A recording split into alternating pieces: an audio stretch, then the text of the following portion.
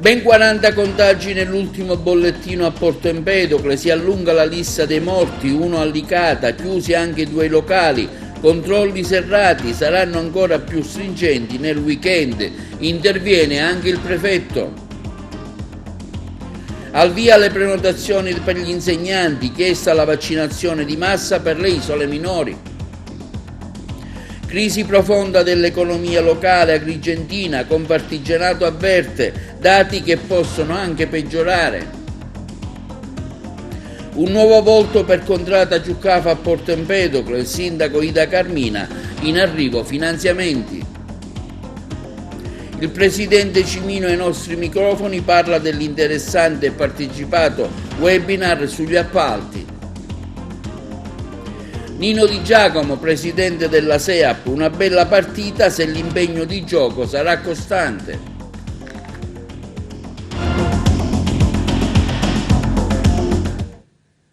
Benvenuti all'appuntamento con TV Notizie. Oggi sono 65 nuovi casi di coronavirus registrati nelle ultime ore in provincia di Agrigento, 3 nuovi ricoverati, 24 guariti e un deceduto a Licata. 40 di questi si registrano nella sola Porto Empedocle, che passando da 23 contagi di mercoledì ai 63 di ieri, teme per la presenza di un focolaio e per evitare una crescita esponenziale il sindaco di Agrigento Miccichè adotta il pugno duro. Intanto 2 locali sono stati chiusi, c'è il servizio del collega Eugenio Cairone.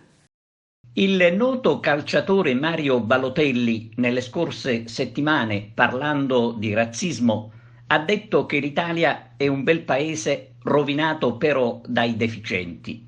La frase ci sta tutta, parlando di assembramenti e di persone per le quali il pugno duro deve continuare ad essere usato per stroncare il comportamento da deficienti, appunto, tenuto anche ieri, festa del patrono di Agrigento, San Gerlando. Il lido di San Leone e il centro città strapieni in barba ad ogni invito alla prudenza. E così, come già purtroppo sappiamo, a rischiare la reclusione siamo tutti. Il sindaco di Agrigento è tornato a stigmatizzare l'incoscienza di molte persone, forse non tutti agrigentini, ma rimane un fatto incredibile, dice Miccichè, il quale annuncia la chiusura di 2 locali per 30 giorni.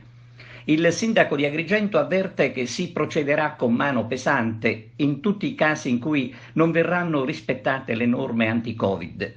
Questa volta ad intervenire è stata la Guardia di Finanza della Compagnia di Agrigento, che per gravi violazioni delle norme anti-Covid ha provveduto a chiudere 2 noti locali di San Leone e del centro città.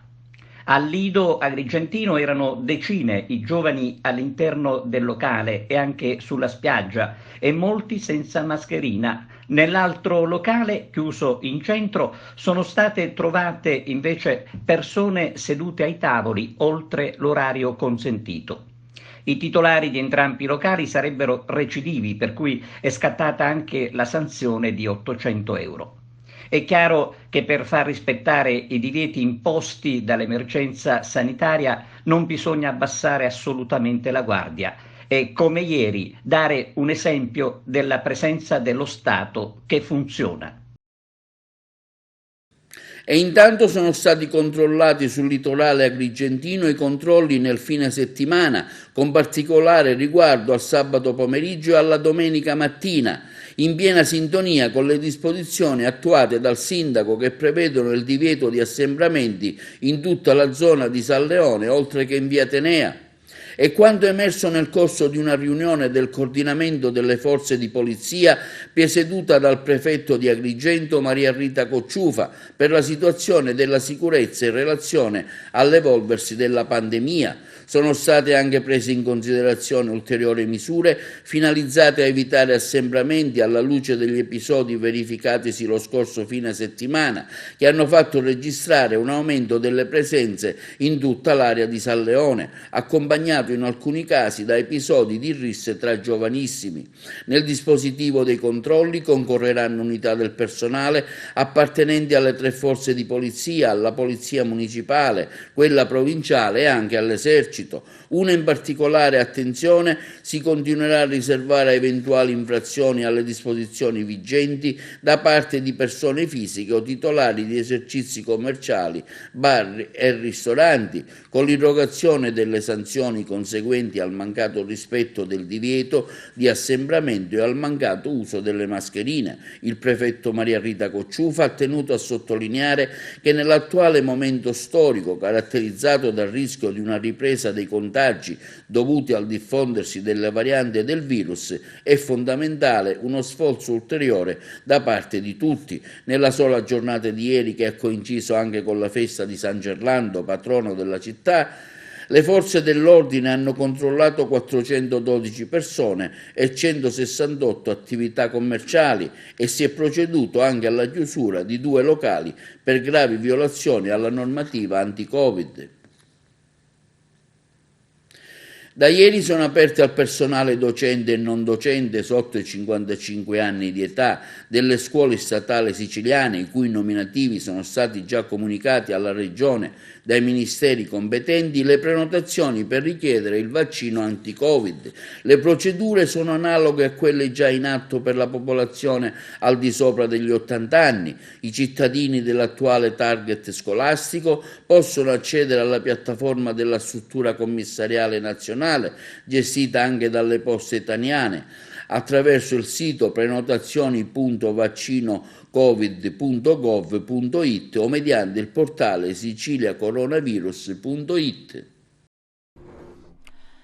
Sono aperte al personale docente e non docente under 55 delle scuole statali siciliane, i cui nominativi sono stati comunicati alla Regione dai ministeri competenti le prenotazioni per richiedere il vaccino anti-Covid-19. Le procedure sono analoghe a quelle già in atto per la popolazione over 80. I cittadini dell'attuale target scolastico possono infatti accedere alla piattaforma della struttura commissariale nazionale gestita da Poste Italiane, prenotazioni.vaccinicovid.gov.it o mediante il portale Sicilia Coronavirus. Oltre alla modalità online è possibile prenotare anche attraverso il call center dedicato telefonando al numero verde 800 00 9966, attivo dal lunedì al venerdì dalle 9 alle 18 esclusi sabato e festivi, e tramite il nuovo canale costituito dai portalettere di Poste Italiane, che da oggi possono inserire in agenda gli appuntamenti richiesti dai cittadini appartenenti alle categorie interessate. E così, mentre la Regione dà il via libera al rientro a scuola per il 75% dei ragazzi delle scuole superiori, un docente su 2 continuerà a far lezione senza la copertura vaccinale. Occorrerà infatti attendere alcuni giorni per raggiungere anche la fetta dei professori fino a 65 anni, classe 1956 compresa, una questione di elenchi non ancora arrivati dal Ministero dell'Istruzione, ennesima grana che la Regione tenterà dunque di risolvere contattando direttamente il Ministero, insieme a quelle delle scuole paritarie che da lunedì in tutta l'isola chiuderanno i battenti per le stesse ragioni.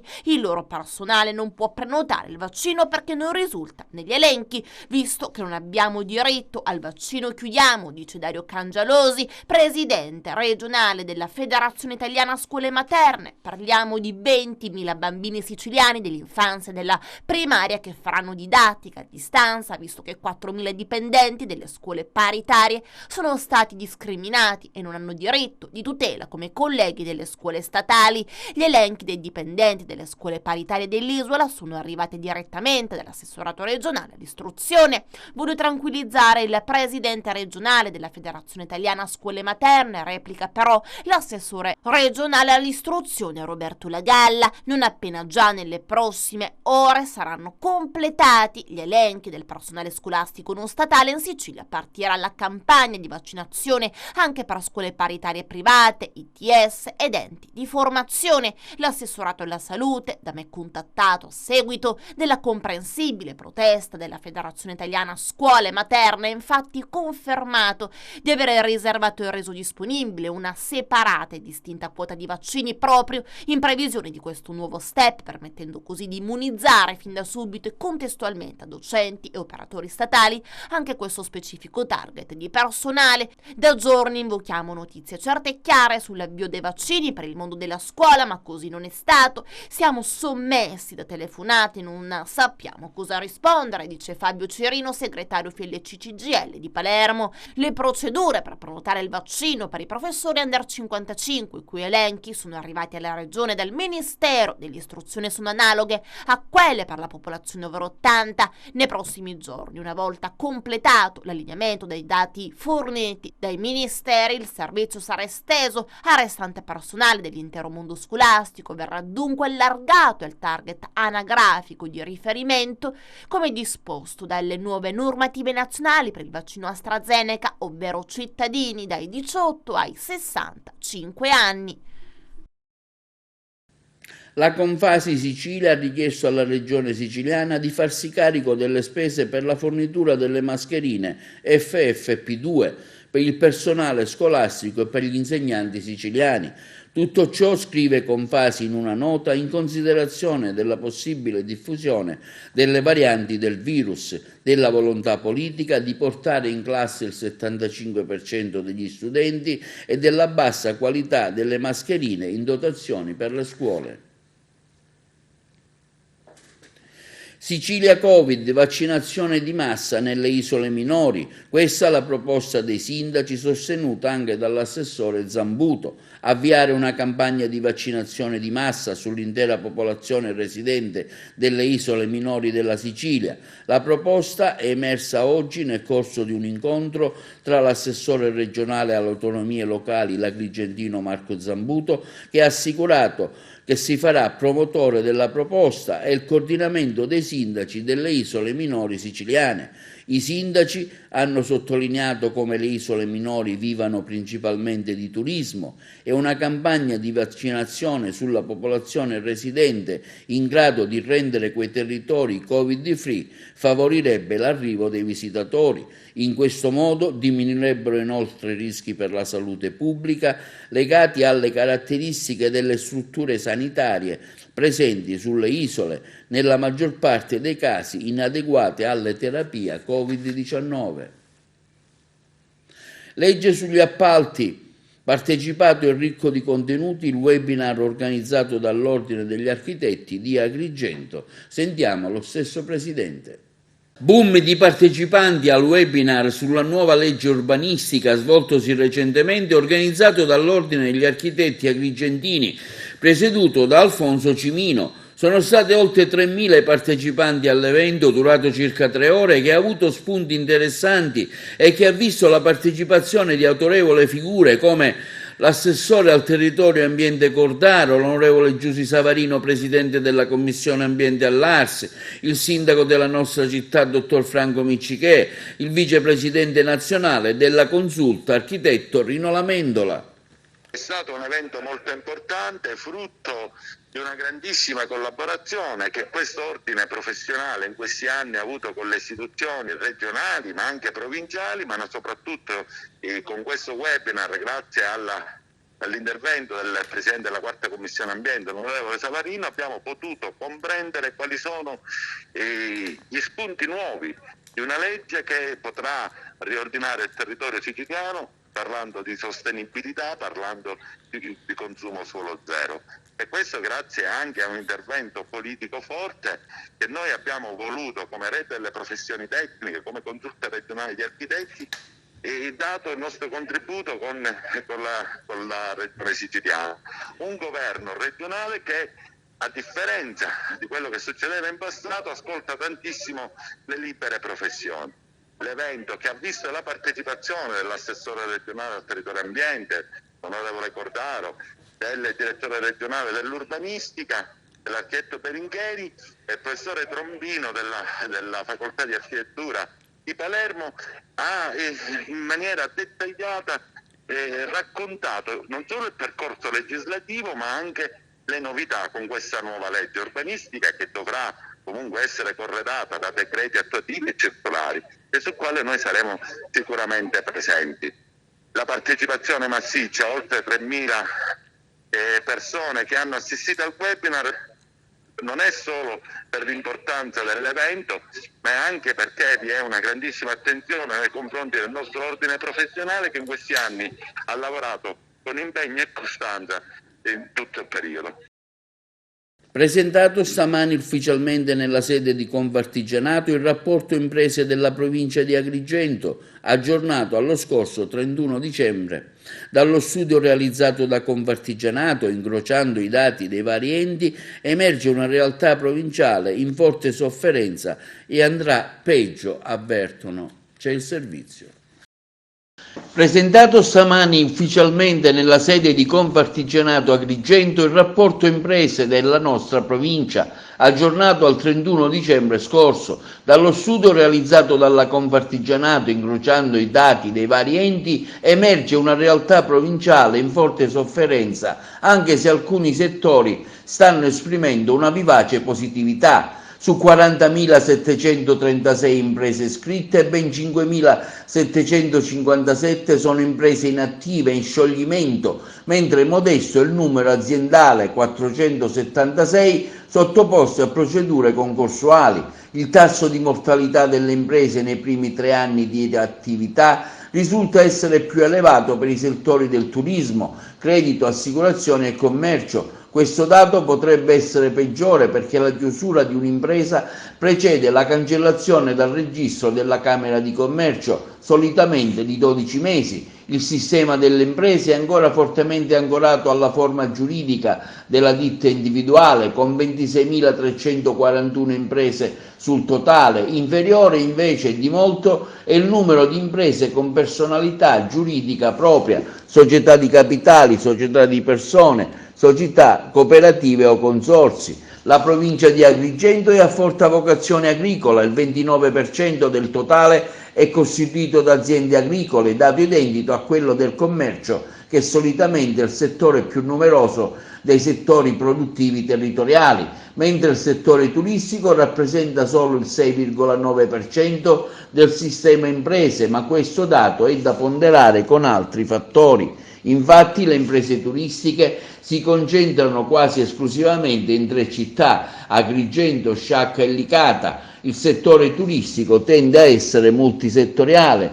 Il sistema delle imprese della provincia di Agrigento dimostra una vocazione sia per le imprese giovanili che per quelle al femminile. Rispetto alle medie nazionali, quelle giovanili presentano una crescita record del 12%, mentre quelle femminili del 3,5%. Questi dati dimostrano quanto il settore delle imprese in epoca pre-Covid era in fase di forte innovazione. Non è un caso che le imprese giovanili del comparto turistico, del commercio dimostrino rispettivamente una crescita del 6,5% e del 6% rispetto alle medie nazionali. Tutto il comparto turismo, trasporto, agricoltura e commercio sta soffrendo per via delle chiusure dettate dalla normativa Covid. Il dato ovviamente non può che peggiorare perché i dati statistici arrivano fino al 30 dicembre. Il primo trimestre 2021 ancora non è stato rilevato, ma sicuramente è il dato più aggiornato rispetto a tutti gli altri report, che si ferma a settembre del 2020, e per questo abbiamo deciso di creare un nuovo report ad hoc per la provincia di Agrigento. Al contrario, imprenditoria femminile, imprenditoria giovanile e costruzioni stanno brillando, al contrario della media nazionale, anzi per quanto riguarda l'imprenditoria giovanile siamo in più 11,9% e per quanto riguarda l'imprenditoria femminile più 3,5%. La Commissione Affari Istituzionali dell'ARS ha dato parere negativo alla manovra economica presentata dal governo regionale, nella quale mancano misure sufficienti a rispondere alle reali esigenze dei cittadini e dei lavoratori dei comuni siciliani. Lo dicono il capogruppo Giuseppe Lupo e il parlamentare regionale del PD Antonello Cracolici, componente della Commissione Affari Istituzionali della Regione, dove ieri sera è stato dato parere negativo alle parti di merito dei disegni di legge di bilancio e di stabilità. Al momento del voto, oltre ai rappresentanti dell'opposizione, erano presenti in commissione solo 2 esponenti della maggioranza. È una manovra molto complessa che si colloca in un contesto economico-finanziario assai difficile, provato dalla pandemia, provato dagli effetti economici che questa drammatica pandemia sta determinando nel nostro tessuto già debole sul piano economico-finanziario, e pertanto tiene conto anche di minori entrate e di esigenze di ripianamento del disavanzo. Peraltro in Commissione Bilancio si è avuto modo anche di approfondire alcune questioni che erano state evidenziate dall'Ufficio Studi e che sono state ampiamente chiarite con la relazione con il Ragioniere Generale abbiamo presentato alla Commissione. Nessun problema, si può andare avanti benissimo con l'esame della documentazione, purtroppo in un contesto che è quello derivante dall'accordo che abbiamo dovuto concludere col Governo nazionale, che ha spinto verso una restrizione sull'utilizzo delle risorse finanziarie della Regione, tuttavia consentendo però come unica Regione in Italia non solo il ripianamento in 10 anni del disavanzo che ci proviene dagli ultimi 30 anni, ma anche consentendo per quest'anno di rinviare il disavanzo alla fine del decennio e quindi avendo risorse disponibili che in questo momento possono essere dispiegate per le famiglie, per le imprese, per tutti coloro che attendono un intervento della Regione, un movimento di risorse finanziarie che è essenziale e che si accompagna all'attuazione del bilancio. Ecco perché deve durare meno possibile l'esercizio provvisorio, perché questo consente con l'approvazione del bilancio di liberare le risorse che il bilancio reca con sé, che sono assai ingenti, essendo il bilancio della Regione un bilancio plurimiliardario. Quindi andiamo avanti velocemente con alcune innovazioni, alcune misure inserite dal governo Musumeci nell'ambito della legge di stabilità e del bilancio e con quelle che l'Assemblea vorrà proporre, che speriamo a più breve possano diventare norma efficace e pubblicate in Gazzetta Ufficiale. Catanzaro, l'onorevole Catanzaro, nella finanziaria di Musumeci, neanche €1 per le politiche giovanili. I giovani sono il futuro, ma per loro Musumeci non ha trovato le risorse. Nella manovra finanziaria all'esame dell'ARS, infatti, il governo non ha previsto fondi per la legge regionale sulle politiche giovanili. Lo afferma l'onorevole Michele Catanzaro, parlamentare regionale del PD e promotore della legge regionale sulle politiche giovanili, che sottolinea ancora una volta come il capitolo di bilancio collegato a questa legge sia clamorosamente vuoto. Comuni e associazioni della provincia propongono una nota con la realizzazione di una nuova linea ferroviaria a scartamento ordinario che colleghi i centri di Agrigento, Realmonte, Siculiana, Montallegro, Cattolica, Ribera, Sciacca e Menfi con Castelvetrano e quindi la città di Trapani, compiendo un percorso costiero, riutilizzando laddove possibile porzioni di infrastrutture ferroviarie esistenti, in particolar modo le gallerie, al fine di ridurre i costi dell'opera e recuperare opere d'arte oggi abbandonate al degrado. La lettera, indirizzata al MIT e alla Regione Siciliana, propone di usare i fondi del Recovery Plan per la ricostruzione di una moderna ferrovia tra Agrigento e Trapani. Chiede anche alle Diputazioni agrigentine e trapanese di farsi interpreti della richiesta provenienti dal territorio e promuovere tutte le azioni necessarie per il suo accoglimento. Contrada Ciuccafa cambierà, in arrivo finanziamenti, ce ne riferisce il sindaco Ida Carmina. Ho da darvi una bellissima notizia che mi è stata appena resa nota.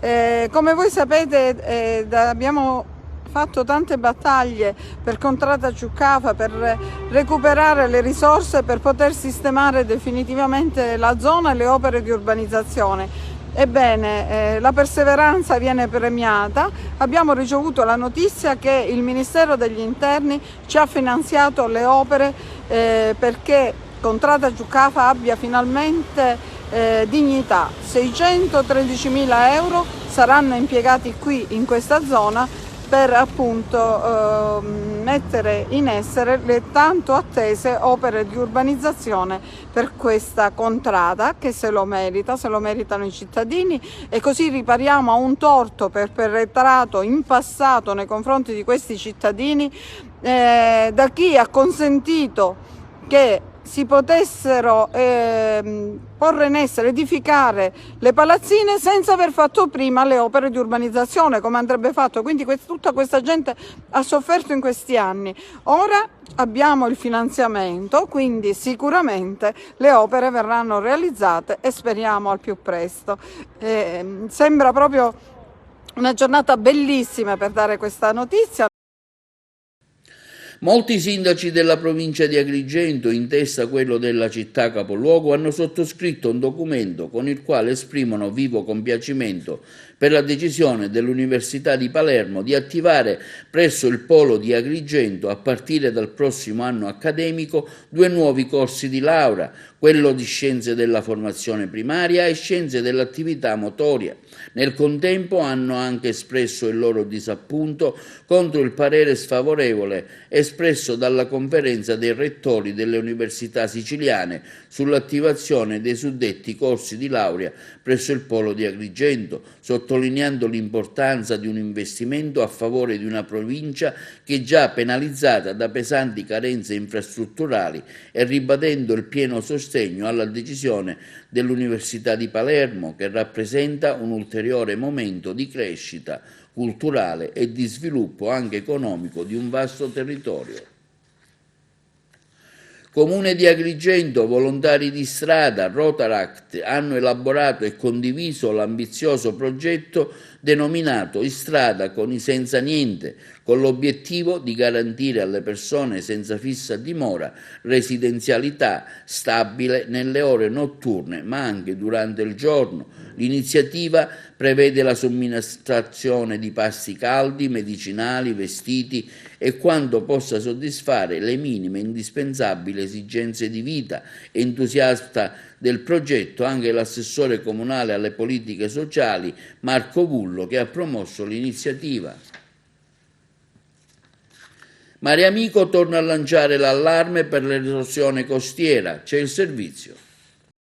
Continuano le segnalazioni dell'Associazione Mare Amico di Agrigento, che fa capo al dottor Claudio Lombardo, molto attivo in tal senso. Oggi è la volta di Agrigento nel tratto compreso tra la spiaggia della Misita, il fiume Naro e Punta Bianca. Si nota un evidente arretramento del profilo della costa causato dal grave fenomeno chiamato erosione costiera. Le cause sono molteplici, alcune di natura generale, come le mutazioni climatiche che portano all'innalzamento dei mari o alla riduzione dell'apporto delle sabbie attraverso i fiumi cementificati. A tutto ciò si aggiungono le cause locali, come l'alterazione delle correnti marine provocate dalle opere del mare. Quindi, per Claudio Lombardo di Mare Amico, dopo il caos Zingarello e Dresi, ora anche la Misita è stata aggredita dall'erosione. È necessario che la nuova amministrazione comunale solleciti il governo regionale ad affrontare questo grave problema, altrimenti tra qualche anno ci ritroveremo senza alcuna spiaggia fruibile. L'iniziativa di Mare Amico danno seguito a quelle già fatte in campo ambientale relativa all'olio dei frondoi a mare, a quelle delle discariche abusive, in particolare a San Leone, dove è stato trovato di tutto. L'erosione costiera è un fenomeno diffuso, soprattutto nella fascia sud della Sicilia. Le cause sono diverse. L'aumento della temperatura a livello planetario che ha provocato l'aumento della massa del mare e quindi un innalzamento del mare, ma anche la riduzione dell'apporto detritico attraverso i fiumi. Ed infine anche tutte le opere a mare. Tutto questo ha modificato la situazione di equilibrio e quindi si è acuita questa erosione costiera. La zona costiera dell'Agrigentino è da sempre molto danneggiata da questo fenomeno erosivo. Ricordo il caos, anche il Viale delle Dune, Zingarello, Drasi ed ora anche la Misita. Dalle immagini si vede chiaramente che il mare è andato avanti e ha iniziato a far perdere metri in questo caso di terra, di terreno e di spiagge. Il mio è un appello, il nostro, quello di Mare Amico, è un appello al sindaco, all'amministrazione di Agrigento per confrontarsi con la Regione Sicilia al fine di fare un piano contro questa erosione, perché non facendo niente perderemo ancora dei metri di spiaggia balneabile. Brevemente, ecco, voi avete sempre anche puntato il dito sulle tante discariche abusive che fioriscono giorno dopo giorno. Sì, questa purtroppo è una costante del Sud Italia e non solo del Sud Italia. Bisogna monitorare, bisogna controllare, bisogna aumentare le fototrappole al fine di far desistere questi incivili con delle multe. Le multe sono sostanziose, sono di 600 euro per il cittadino qualunque e una denuncia penale per le imprese che fanno tutto ciò. Ma anche i cittadini debbono collaborare. Quando vediamo qualcuno che abbandona i propri rifiuti in posti vietati, bisogna segnalare, bisogna che tutti aprano gli occhi se vogliamo che diminuisca questa situazione. Diamo spazio ora alla pubblicità. Tombaroli in azione a Raclea Minoa nella notte tra il 24 e il 25 febbraio. Uno dei dipendenti del polo museale ha infatti rilevato la presenza di almeno un centinaio di scavi nei pressi del teatro antico, per i quali non è certo se sia stato portato via qualche reparto. I carabinieri del luogo stanno indagando. La Polizia di Stato ha sequestrato alimenti ritenuti pericolosi per la salute pubblica. 900 kg di merce è stata sottoposta a sequestro nei giorni scorsi, in quanto ritenuta non più idonea al consumo umano e pericolosa per la salute pubblica. Il controllo è stato effettuato dai poliziotti del distaccamento di polizia stradale di Barcellona Pozzo di Gotto sul maxicarico di trippa cotta surgelata trasportata a bordo di un autocarro e destinata a un centro di distribuzione carni nel Palermitano. Il mezzo, allestito per il trasporto di merce a temperatura controllata, era stato già sanzionato nel dicembre 2020 dalla polizia stradale di Marsala. A una prima verifica risultava privo di revisione e obbligatoria certificazione ATP che regola le condizioni di trasporto degli alimenti deperibili. Al suo interno erano stipati insieme alimenti freschi e surgelati in sacchetti di plastica non sigillati. Le successive verifiche del personale medico ASP hanno evidenziato che il prodotto, che avrebbe dovuto viaggiare a una temperatura compresa tra i meno 15 e i meno 18 gradi, aveva una temperatura di appena meno 3,4 gradi. Al termine del controllo i poliziotti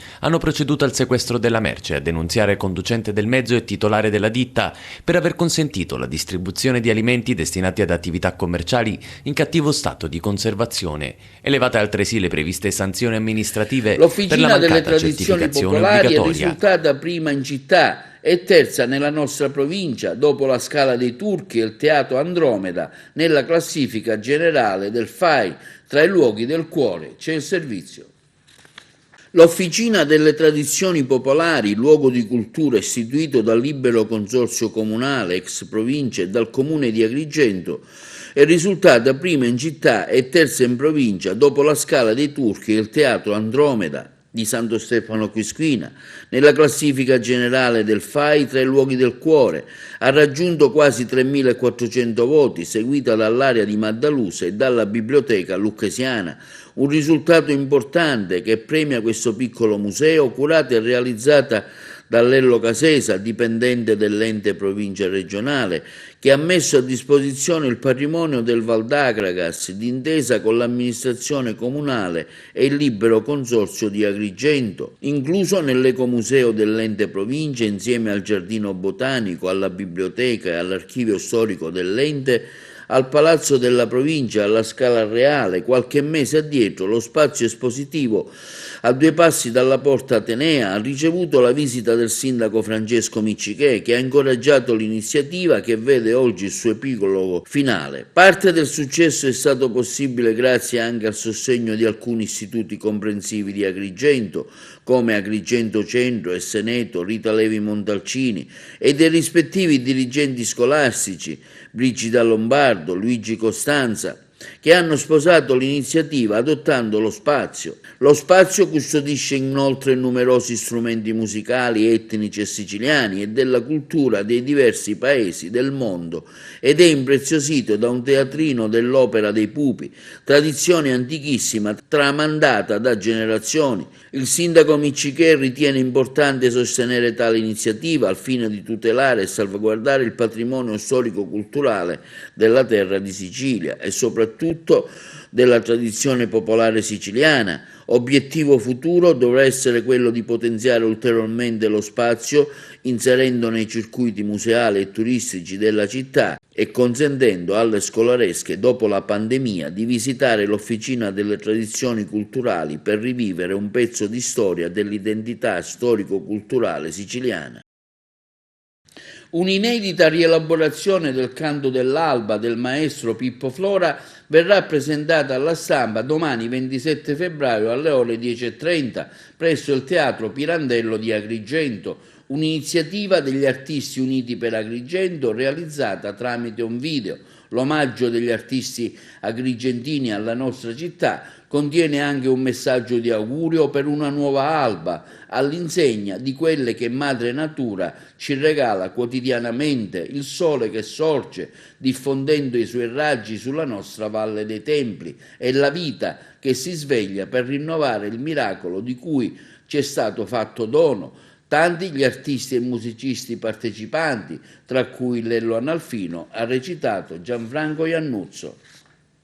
Noi non possiamo che applaudire questa iniziativa del presidente Musumeci e dell'assessore Falcone, che hanno voluto ripristinare la linea fra Mazara del Vallo e Pantelleria, e con questo collegamento viene potenziato un servizio che incrementa lo sviluppo socio-economico dell'isola, visto che il turismo nella Sicilia è il volano dell'economia, e quindi non avendo attività produttive penso che questa è una buona iniziativa per avvicinare sempre di più le isole con la terraferma. Tra l'altro sarà la nave Lampedusa a prendere, diciamo, questa tratta. Sì, la Lampedusa è una nave che appartiene alla Caronte Tourist e che già gestisce con le navi traghetto tutte le 14 isole della Sicilia, e quindi questa iniziativa non può che rafforzare quella che è l'occupazione del settore e il turismo. Come sindacato non possiamo che dare atto che con tale nuovo servizio aumenterà l'occupazione e anche nel settore marittimo, oltre che il turismo, diciamo che Pantelleria così viene più collegata sia da Mazara che anche da Trapani. Grande impegno per la SEA a Paragone in vista del prossimo incontro. Sentiamo il presidente Nino Di Giacomo. Un accorato appello arriva alla squadra dal suo presidente Nino Di Giacomo in vista dell'importante incontro che si terrà sabato prossimo con la squadra catanese della Design Rizzotti. Per il presidente Di Giacomo sarebbe auspicabile una continuità di gioco, cosa non vista nelle ultime partite giocate, fatte a sprazzi, una cosa che non dà lustro al progetto di vittoria che la squadra ambisce a raggiungere. Ma guarda, innanzitutto una continuità di gioco, perché ho visto ultimamente che giocano a sprazzi. Se daranno continuità a tutto il lavoro che fanno durante la settimana, sicuramente ne sarà, si vedrà una buona partita, altrimenti purtroppo ci saranno questi momenti di buio, questi alti e bassi che non danno veramente lustro al progetto che abbiamo fatto, perché una squadra che vuole candidarsi a vincere deve avere continuità. Sì, che non c'è una squadra corazzata come ci hanno definito a noi non siamo per niente corazzata, abbiamo qualche individualità, mi riferisco a Valeria e a Serena Moneta, che hanno un'esperienza più delle altre, le altre sono delle giovani interessanti, ma senza quell'esperienza e quella forza di dire che possiamo definirci una corazzata. Siamo delle squadre che ci equivaliamo tutti. Questo è tutto per TVA Notizie, vi diamo appuntamento alla prossima edizione.